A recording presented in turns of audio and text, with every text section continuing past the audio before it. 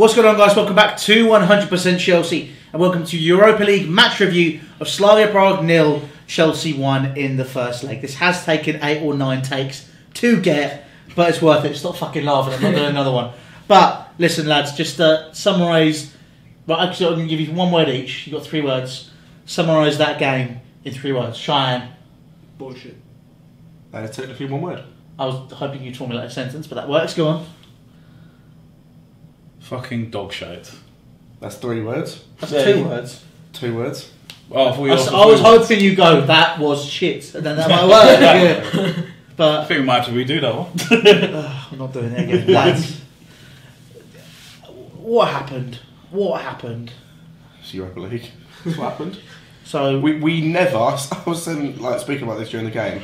Apart from one game I can remember the season, I don't think there has been another Europa League game that I can genuinely say I've enjoyed watching.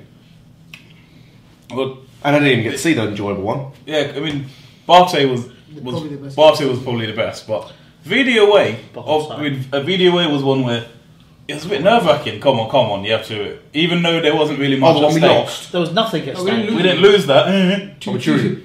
Yeah, but that was a good match. True. Mate, look, to be honest, like I said, the Slavia Praha team is no joke. Yeah. Let's not mess about it. Yeah, I expected better from us though. True. I think we all did.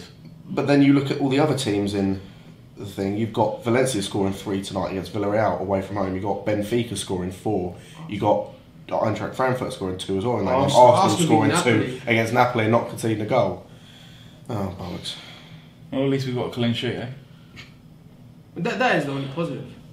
That we came Oh, out Kepa with a 1-0 win and we didn't concede a goal. It's an away goal. Oh, Kepa. For all of Kepa's trying. Kepa was immense today. I mean, he made a few mistakes with the crosses, but actual shot stopping, he was good. Once again saved our bacon. The saving our bacon, I think, comes down to Eden Hazard coming on the pitch, which I think is an issue in itself. Yeah, we shouldn't have had to. This happened before with us with Europa. We shouldn't have to get to that stage. We need to bring on Hazard, or even bring on N'Golo Kante. It's not. And Loftus-Cheek. Yeah. Loftus-Cheek I can understand. The other two, for me, it's not a case of we shouldn't have to get there. It's more of a case of look who we've got.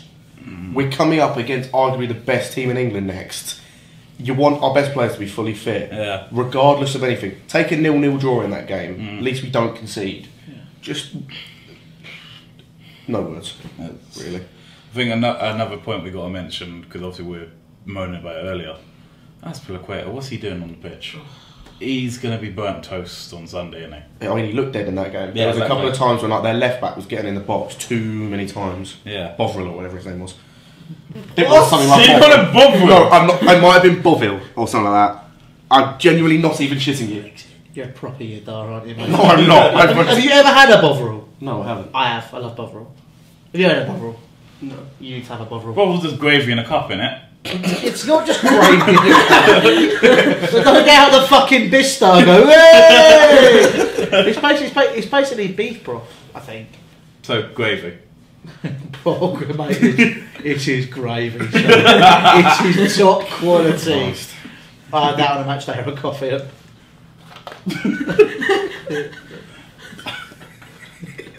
Someone collect their man, please. Can I drink my milk and peas? Get their man! Bruv, he's definitely single. He ain't got no one to come get into him. Like yourself. I do every night, that's why I'm also single. I've got no one else to fuck. But, oh, Jesus. Gentlemen, let's crack on with the game match review. So, talking about Bovril and Scott's sex life, as poor as it is. It's better than yours. Well, you don't know that. I'm not going to this competition. I'm not going to get in a We're not having this conversation. I'm not getting in a dick swinging contest with you, bro. I'm not on YouTube either. I'm not on camera. What the fuck is this? Scott's being a prick. That's what's going on. But listen, for a crackhead, I'm pretty sure you're hallucinating. Other than that, I think it's a case of let's get back focused on the game. Hazard coming on, Aspilicueta being shattered. Where does it leave us for Liverpool? Fucked. Destroyed. Yeah, it leaves us in a position where we're even more vulnerable than we would have been. As in, we're very vulnerable. Could you see Sarri facing trouble? Do you think he's going to get a backlash from this game? What do you think? He'll have words spoken to him by the board or whoever? No, by fans. Yes. Again, of course, by fans definitely. I mean, look, I mean, we all don't know where we all don't really know where we stand with Surrey with all of this, whether we're in, out, shake it all about, or whatever. It's like, but you don't play the Surrey ball when you turn around. Yeah. But here we're all of us are gonna be critical of Surrey. Most of the fans will be critical of Surrey. I'm not gonna blame them one bit. Yeah. I mean, critical. I understand. Yeah. Like, criticise. Yeah. There's nothing wrong with healthy criticism. Yeah. It's the unhealthy, just blunt toxicity, which seems to have it's evaporated. We've won the game. Yeah. We've got the away goal. That's why I'm looking at it. It wasn't a stellar performance. I think the issue is with how we were today. It sort of validates the toxicity. Oh, do you get what I mean? In terms of explain for people that don't. In terms of the fact that we have had matches where we've severely underperformed, or it looks like Surrey's been tactically inept. It appears this has been one of those matches, and it's looking like now, even though we did get the win, I am seeing it from the eyes of someone who's completely anti-Surrey. I'm sort of understanding it from the way we were today. I mean, we got the win. You are anti-Surrey, Diane. How do you feel? As much as I want him out, but today was a case of getting the result, no matter how it was done. Because we've got a big game against Liverpool, I did not agree with him bringing Hazard on, Kante on. I don't know why. You want your best players fit for Liverpool, and he's not. He's brought Hazard on, he's brought Kante on, he's got Loftus-Cheek on. And if we're moving on to Sunday, we all wanted our best players to be fit, and it's the game that it's not. The whole of England depends on us in a way, because they do. Yeah, we have to win that game for our sake and to stop them from winning the league. I mean, I don't really care about that whole. Well, obviously, I don't want Liverpool to win the league, but it's at that point now. I don't care about that whole narrative of anti-Liverpool. The only thing I'm focusing on is we have to focus on us. We have to focus on us and that. And today's. I don't know what was happening today. Today, the lack of intensity in the first half was the same against Cardiff away. First half was probably the worst first half I've seen this season again. And this has been a thing that's been happening in the Europa League almost every away game that we've been to this season. And whereas it's just the only positive we can walk out is a clean sheet, 3 point away goal. Move on to Stamford Bridge. I mean, speaking of the Europa League stuff, I mean, Scott touched on it earlier. When we're talking, I don't know if he's already touched on this video, but you haven't enjoyed a single Europa League away game. I haven't enjoyed a single Europa League game, full stop. Like, even the games where we perform well, I want us to do well, but at the same time I want to watch enjoyable football. I'm not saying our football is not enjoyable. Like the Kiev game, for example, that was a good result for us, but it was a shit game to watch because of Kiev offered nothing. That wasn't down to us, that was because Kiev offered nothing. But in the majority of the games this season, it's been so... the best way I can kind of describe it is it's and I think Lineker kind of hit the nail on the head. Actually, I'd watch it from the United-Barcelona game.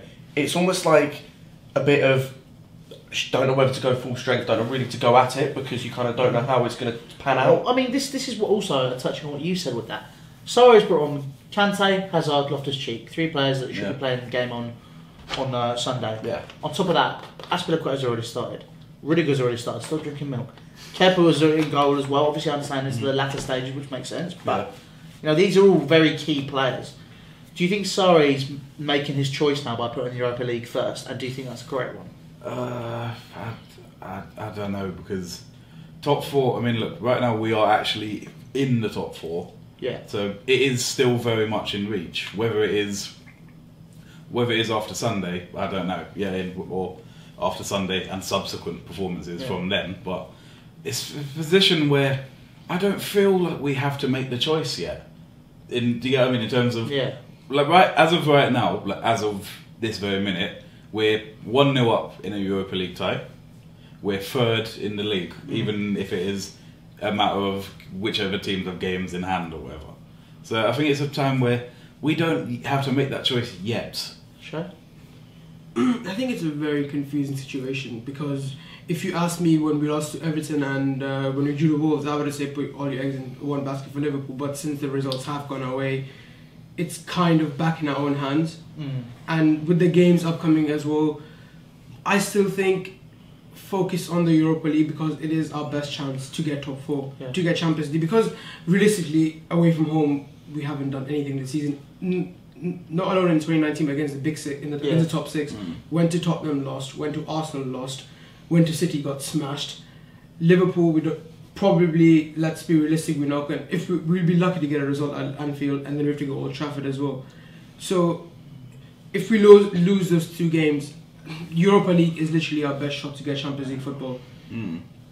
I think one thing that a lot of us as fans are going to take into consideration with Liverpool, we talked about earlier, our record at Anfield. Yeah. Our record at Anfield seems, is impeccable in the last few years. I think it's stuff like where we talk about the motivations, like for the team, like until what happened last season under Antonio Conte, we had the Spurs record at Stamford Bridge. Yeah. I think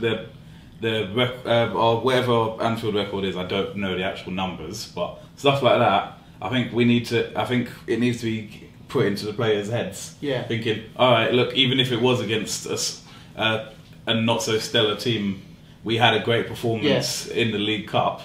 Let's build on that at Anfield. We've already shown we can do something at this ground once. Eden's already shown he could do something at this ground many times. I mean, that was the first game he went together, wasn't it? That was great match to go together. Yeah. Hell of a and we goal. both ended up nearly in a couple of rows ahead. Yeah, it was insane. But I mean, God, I wouldn't want Louis falling a couple of rows ahead. Yes, I know. Pot kettle, shut your fucking noise. Jesus Christ, Shine will start laughing at me. The Russell Lobs are going off in the corner. Jesus. But I mean, lads, before we, I think it's a bit on a more sombre note, because it's something that has to be raised, and it's disappointing to say the least. In fact, I'm really angry. I was going to say, it's not disappointing, it's infuriating.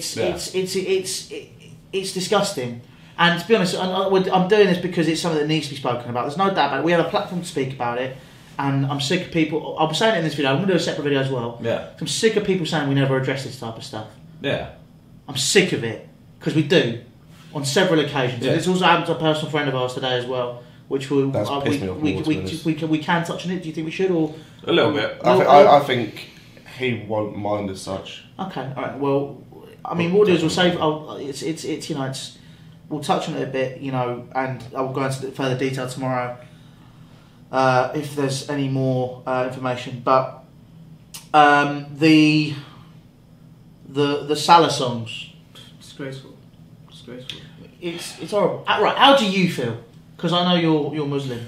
Well, I'm going to get something off my phone. Okay, but while he does that, as a Muslim, when you see that as a Chelsea fan as well, how does that make you feel? It makes me feel like a shame because we have Muslim players in our team as well. We've got Kante in our team, and Salah used to play for us. Where's all the respect gone for Salah? Why have they done this? What was the point? Like, why have you gone and done this? I know we've got. He's the former player of Chelsea Football Club. We used to have Demba Ba, who was a Muslim as well, and Zuma as well, and Elka. Yeah. So many Muslims, and these fans who call themselves fans and call us plastics for not going on European away tours, that's bullshit. They're also the ones that try and dig out Lewis and everyone on Twitter. Yeah. But hey, you're not our audience. What's more embarrassing? Lewis pointing this out. What's more embarrassing? On the camera in front of your face and reacting at a game, or making racist comments on camera and posting on Twitter? You fucking moron. It's just with all of this. It's just. It's just angry. I agree. I mean, lads, because people have been dickheads, being pedantic as well. Sorry, that's not racism, Scott. It's Islamophobia. God, guys, don't get it mixed up. Someone genuinely said that to me earlier on Twitter. It's not racism. It's Islamophobia. It's different. Same fucking consequences. You dumb. You've been pedantic over that. Football is for everyone. Like, I literally the one. So when I was writing my dissertation, the one part where it was ridiculously early in the morning before the deadline, but I was wide awake and focused on it, was trying to get through the social factors of football. Yeah. I'm sorry, this is not 1986. It's fucking embarrassing that it's coming back into the game, and it's not. But it's not just a Chelsea problem. It's not just coming back into the game. It's always been in the game. Oh, it's I mean, sorry, you're right. Yeah. It's always been in the game, but it's the fact that it's coming back to the forefront of it. Yeah, exactly. That I have no words. It's just frustrating. It's the 21st century. It's 2019. it's getting to the point, and most people have seen it by now, but I think it's quite apt to reference it. It's getting to the point players now want to retire because of racism. Yeah. Most people will see it. Yeah. How in the fuck can it get to that stage? The professional footballers genuinely want to retire. They can't wait to end their career because of racism.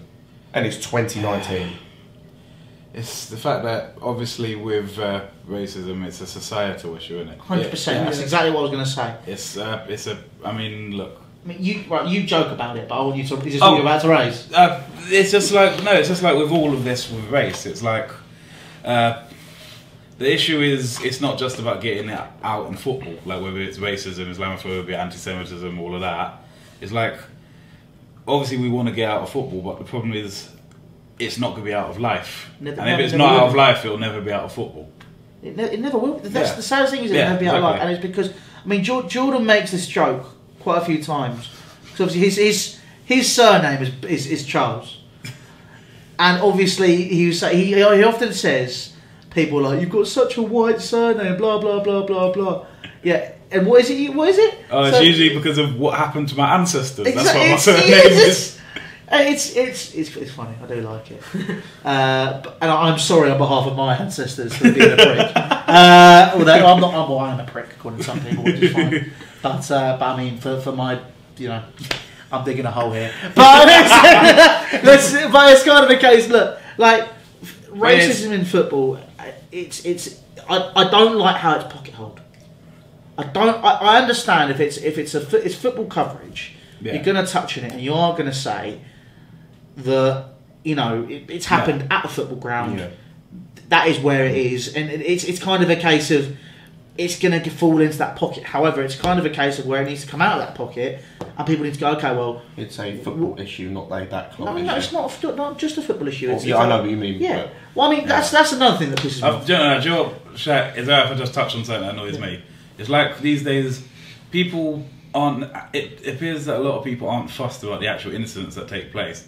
They use it to point score. Yeah. As in terms of, obviously with Chelsea, I will happily admit, well, not happily, but you know what I mean. We do have it bad with like the stuff we see at our club or within some of our fan base. I've seen it firsthand happen to Lewis. Yeah, you've seen it happen to Lewis. You've seen it happen to me, Cheyenne, Cameron, whatever. But it's like it annoys me to the point where people of many different football clubs try and point score with each other.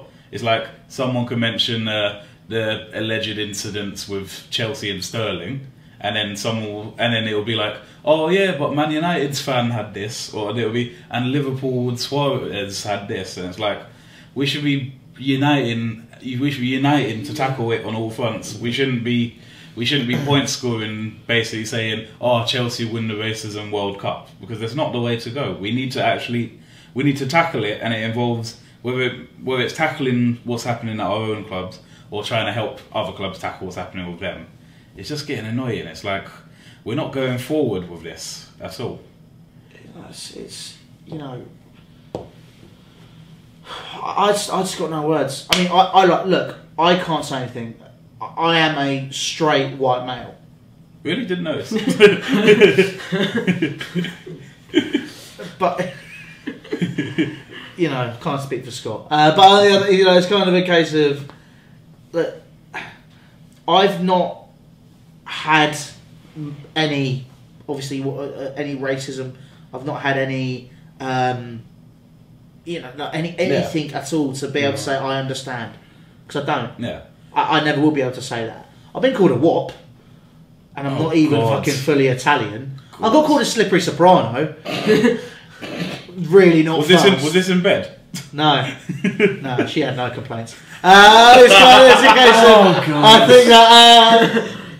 But yeah, it's like the way I see it with racism. Like, you know how I was saying it's not a football issue, is it? It's like I for one, like growing up, whatever, I've been racially abused all my life, whatever, by regular people, by football fans, by Chelsea fans, by Fulham fans, by Man United fans, Liverpool fans, City fans, etc. But I don't tar the entire club with that. You know what I mean? No. I see it as one cunt or 10 cunts, whatever. Yeah. I'm not going to go around saying. There's not a better word there, to be honest, either. Yeah. It's like I'm not going to go around calling every Man United fan a racist because I had a couple people say it to me. I understand it's the individuals in question, or if it's a group, that group of individuals. It's like using homogenous references to talk about football clubs because of the actions of some. It does my nuts in. Yeah. Disgusting. It's like we're not. Yeah, it's like we're not moving forward with it. No. We need to discuss. We need to discuss it reasonably and logically, not point scoring with each other's fan bases. Because it's like, are we really taking it seriously, or are we trying to say, oh, my club's better than yours because we didn't have a racist fan in 1986? Yeah, I mean, I think it's just something which, you know, I can't stand by. It's what the thing that annoys me the most, right? Yeah, go on. And we don't know who's done it. And I don't think we ever will. Mm-hmm. That's the one first thing that annoys me. Secondly, you can ban them all you want, they'll still get into the grounds. Yeah, Chelsea can come up with this statement. It's not going to mean anything. No. They're still going to get into the football ground. You can ban them, you can revoke season tickets, you can revoke memberships, but at the end of the day, someone will give them a ticket. Mm. They will walk into that ground. We've seen it firsthand. Yeah. It's a fact that's not going to be anchored out, and they're not going to get thrown out.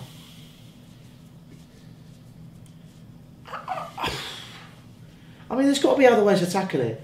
Prison sentence. I mean, we haven't even discussed what happened in the stadium. Oh, yeah. Thank you for reminding me. So our editor, he's currently out in Prague. He's gone there to have a lovely time. Had a stop off in Stockholm in Sweden. Well, had to go check out the local seats, local scenes, and it was seats. Ironically, I went to an IKEA. But you know, other than that, he came to Prague. And he's been saying actually he's been enjoying it and being out there. And he was racially abused by Chelsea fans in the ground. Multiple times. Multiple times. Yeah, at least I mean, twice. do you want to get the message? What's he said? He has said, if my phone works. Give me 1 second. He said that people were chanting at him, chanting things about his haircut, and then one of them added at the end, calling him a black cunt, and then they sang it a second time because he didn't react. It's like,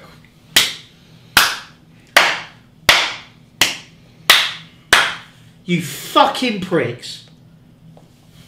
And guess what? If they've got an issue with this, because I know this might get to them somehow, you come fucking see me, lads. We'll have a lovely chat. Friends beat me up all you want. Have a lovely chat. If you want to hit me, hit me. Pathetic little fucking pussies. If any of you have kids, I bet they're fucking proud. Bet your girlfriends are proud. Bet your parents are proud that you're being fucking racist. You fucking nutcases. it's the fact as well, like we talk about racism and all of that. We usually talk about it happening externally, as in like a fan saying it to a player of another club or fans of another club. And then we always get told, oh, but we've got to stick together amongst us, amongst our crew. And then here we've got this happening internally. It's just frustrating, and it's like people talk about what causes a divide in fan bases, whether it's manager, your thoughts on the manager, your thoughts on the player. But this is where the divides in the fan base start. People not knowing how to act like genuine human beings.